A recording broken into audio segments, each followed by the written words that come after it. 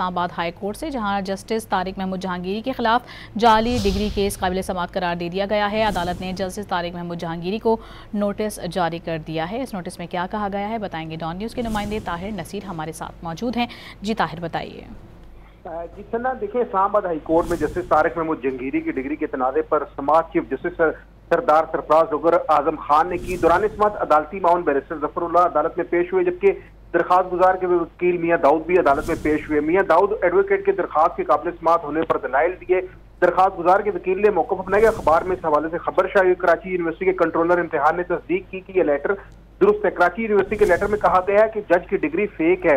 इस केस में यह बताया गया है कि क्या किसी हाई कोर्ट के जज के खिलाफ इसी हाई कोर्ट में पिटीशन काबिल समाअत है या नहीं। हाई कोर्ट के जज के खिलाफ इसी हाई कोर्ट में कोवरेंटो पिटीशन काबिल समाअत है। तमाम अदालत ने दलाइल सुनने के बाद रिकैन को नोटिस जारी कर दिए हैं। वफाक को बजरिया वजारत कानून और सदर मुमलिकत को बजरिया प्रिंसिपल सेक्रेटरी नोटिस जारी किया गया है। सेक्रेटरी जुडिशल कमीशन और पार्लिमानी कमेटी पर जजेस तकर्री को भी नोटिस जारी किया गया है। इस्लामाबाद हाई कोर्ट ने HEC और कराची यूनिवर्सिटी को भी नोटिस जारी करते हुए 3 दिन में जवाब तलब कर लिया है। जी बहुत शुक्रिया ताहिर।